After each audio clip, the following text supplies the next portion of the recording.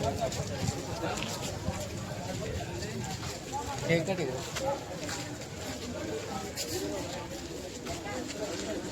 కళ్యాణార్థం లోక జీవనం సారి చేసేది లోక కళ్యాణార్థం అందరు లోకం అందరూ బాగుండాలని చెప్పేసి లోక జీవనార్థం ఇది నిర్మాణం చేసేది అందరి గురించి లోక సంరక్షణార్థం అనే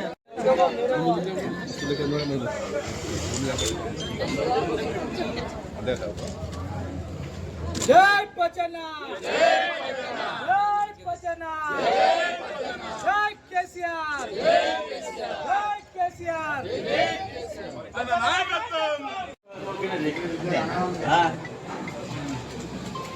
గట్టిగా చెప్పు ఎంతుండే ఇది చిన్న భయంకరంగా ఉండే పెళ్ళిళ్ళు అయితే మన మంది బట్టలు చేస్తా తిందా అది పుణ్యానికి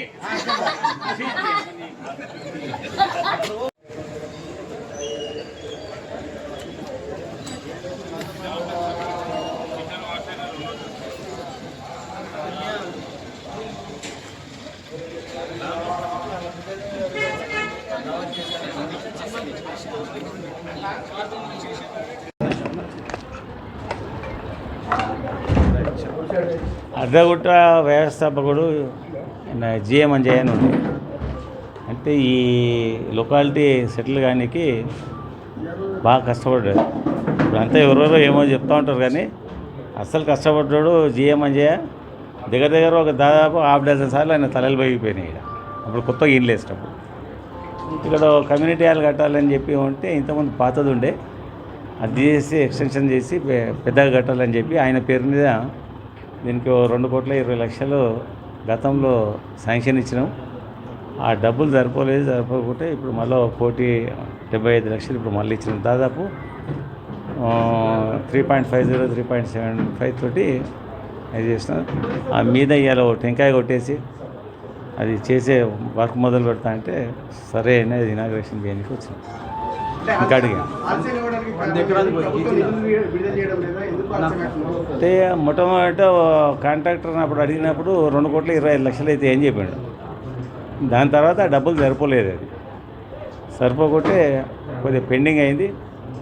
మళ్ళా 1,75,00,000 మళ్ళీ ఇచ్చినాము. దాదాపు దగ్గర 3,75 3,80,00,000 అయింది. వర్క్ స్టార్ట్ అవుతుంది. మళ్ళీ ఆమె చేయకుంటే నువ్వు చెయ్యి, ఆమె కాలేదు కదా నువ్వు చెయ్యి కదా. ఈ కార్పొరేటర్ ఆ కార్పొరేటర్ కాదు, ప్రభుత్వాలు నిధులు సక్రమంగా ఇవ్వాలి. రేపు అయ్యేది ఇవాళ అవుతుంది. ఇస్తే నిధులు ఇన్ టైంలో వస్తే ఎందుకు మిగతా అయింది కూడా ఈ మధ్యకాలంలో 1.5 year నుంచి బాగా డిలే అయినాయి. ఇప్పుడు మా సీతాఫలం వంటి ఫంక్షన్ హాల్ కూడా డిస్మెంటల్ చేసి అది కాంక్రీట్ స్లాబ్ తోటి 3-4 వేయాలని అనుకున్నా. ఈ భయానికి దాన్ని ఇంకా చేయి పెడతలేను. మళ్ళీ అదో 4 ఏళ్ళు అయిందంటే పాపం అక్కడ ఉన్నది ఒకటే ఆడ లోకల్ తక్కువ 11,000 12,000 ఏమో తీసుకుంటారు. దానికి డబ్బులు వాళ్ళు లేకుంటే మీరు ఇస్తే మేము ఇప్పుడు పోదాం ఇట్లకేరే. ఇంకా లేట్ ఎందుకు తీసుకోవాలి? అసెంబ్లీలో సీఎం చెప్తే మీరు అంతా ఏం లేదా? మీడియా వాళ్ళు ఏం చేస్తున్నారు? పద్మారావు అడిగిండు దానికి స్కూల్కు 29 కోట్లు 30 కోట్లు డబ్బు ఎంబడే రిలీజ్ చేస్తున్నాయని ఆయన సభా సాక్షిగా చెప్పిండు కదా. అసెంబ్లీలో చెప్పినప్పుడు నన్ను అడగొద్దు, మీరు పోయి ఆయనని అడగాలి. మీరు ఏం సార్ అసెంబ్లీలో చెప్పారు 30 కోట్లు రిలీజ్ చేస్తున్నా పద్మారావుకు అని చెప్పారు, మళ్ళీ ఇప్పటిదానికి అది లేదు గతి లేదని పోయి సీఎంని అడగాలి. నేను నా వంతు బాధ్యత నేను చేస్తూ ఉన్నా. నేను మళ్ళీ 2-3 రోజుల కింద మళ్ళీ రిమైండర్ పంపించిన, అలా తమ్మునికి ఇచ్చిన. ఇప్పుడు హౌస్ స్టార్ట్ అవుతుంది. మళ్ళీ ఈ వర్షాకాల సమావేశాలు ఉంటాయి, అప్పుడు అడుగుతా. ఆయన సరే ఇచ్చానంటే పర్లేదు, లేకుంటే హౌస్లో క్వశ్చన్ చేస్తాం.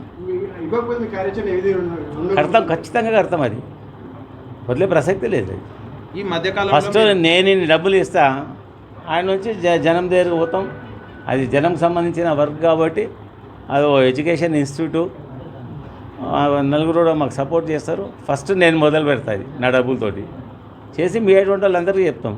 ఈ మధ్యకాలంలో ఒక అధికారితో మీరు రాజీనామా కూడా సిద్ధమవుతా అని చెప్పి నేనా మళ్ళీ ఏం పని చేయకుంటే ఎమ్మెల్యేగా ఉంటే దండగే కదా పోయి. జనానికి వాళ్ళ అవసరమైతే ఏమైనా పనులు ఉంటాయి, డెవలప్మెంట్స్ ఉంటాయి, చేయాలి. ఒక ఏది చేయకుండా దిష్టిబొమ్మ లేక ఉంటే నేనేం చేస్తాను? మంచిగా ఇంట్లో పోకుండా బెస్ట్ కదా. 18 నుంచి ఎలాంటి నిధులు వస్తున్నాయి? ఎమ్మెల్యే నిధులు ఉంటాయి కదా, ఎందుకు రావడం లేదు? మీకు తెలుసో తెలియదు, ఎమ్మెల్యే నిధులు కూడా ఇస్తలేరు, ఇప్పుడు బంద్ అయిపోయినాయి అవి కూడా. అంటే రాజీనామాకు మీరు సిద్ధమవుతుంది, రెడీగా ఉన్నారు. ఈ ఉత్తుతోనైనా చెప్పి కథలు చెప్పి రాజీనామా చేస్తా అని ఇవన్నీ బొమ్మలాట ఆడము. అవసరం పడ్డప్పుడు నిజంగానే అవుట్లైన్ చేస్తాము. మేము గతంలో 2 సార్లు చేసిన వాళ్ళము. మాకు ఇదేం రాజీనామా కొత్త కాదు, ఏదో జనాల ముంగట లేకుంటే మీడియా ముంగట రాజీనామా చేస్తామని కదా. మేము గతంలో కూడా రాజీనామా చేసిన వాళ్ళే. మేము తెలంగాణ ఉద్యమం అప్పుడు తెలంగాణ రాష్ట్ర సాధన గురించి మేము రాజీనామాలు చేయలేదా? నేను ఒక్కనే కాదు, మొత్తం టీఆర్ఎస్ బ్యాచ్ మొత్తం రాజీనామాలు చేసాం. అవసరం అనుకుంటే ఇది కూడా చేస్తాం, దాంట్లో తప్పేమంది. ఇప్పుడు ఏ పని మనం జనానికి చేయకుంటే ప్రజలకు అవసరం అనేది సివిల్ ఎమ్యూనిటీస్. ఆ సివిల్ ఎమ్యూనిటీస్ గిట్ట మనం క్రియేట్ చేయకుంటే మనం ముందు దిష్టిపోము లేక లాభం ఏంది? అంతే కదా. ఇప్పుడు డెవలప్మెంట్ లేకుంటే మీరు సొంగలని ఎడబెడతారు, ఇంకేమైనా కనిపెడతారా? ఇవి పనులు జరుగుతూనే మీరు ఇవాళ ఎందుకు వచ్చారు, ఏం సంగతి, డెవలప్మెంట్ ఎంత, దా వర్క్ కాస్ట్ ఎంత, ఇంకేమైనా ఉన్నాయని అడుగుతారు. మేము చెప్తాము, మీరు అడుగుతారు. అది మీడియా మీ త్రూగా జనం దృష్టికి పోతూ ఉంటుంది. ఇప్పుడు అవన్నీ ఏం లేకుంటే మనం ఉండి ఎందుకు పోయి వేస్టే కదా. అవసరమని అనుకుంటే మేము ఒక్కరేమే కాదు, మా పార్టీ నిర్ణయం తీసుకుంటుంది. మాకు పార్టీ అధ్యక్షుడు ఉంటాడు, మా పార్టీ ప్రెసిడెంట్ ఉన్నాడు. ఆయన చెప్తే ఆయన చెప్పినట్టు నడుస్తుంది. గతంలో మమ్మల్ని చాలాసార్లు రాజీనామాలు చేయించాడు మా పార్టీ అధ్యక్షుడు. ఆయన చెప్తే మేము అవుట్ ఆఫ్ స్టేషన్ ఉన్నా కానీ ట్రైన్లకి ఫ్యాక్స్లు పంపించినాం, ఎయిర్పోర్ట్లకి ఫ్యాక్స్లు పంపించాం. ఇప్పుడు మళ్ళీ ఆయన ఏదైనా చెప్పిండు అనుకో మా పార్టీ అధ్యక్షుడు, ఇది నా సొంత నిర్ణయం కాదు, నేను ఒక పార్టీ కింద ఉన్నోని, నేను నా సొంత నిర్ణయాలు నా ఇంటికి నా కుటుంబానికి చేస్తాను. నా కొడుకులు బిడ్డలు నా భార్య నా ఇంటికి ఎట్లా అయిన సంగతి అవి సొంత నిర్ణయాలు ఉంటాయి. ఈ ప్రధాన నిర్ణయాలు మొత్తం మా పార్టీ అధ్యక్షుడు చేస్తాడు. ఆయన చెప్పినట్టు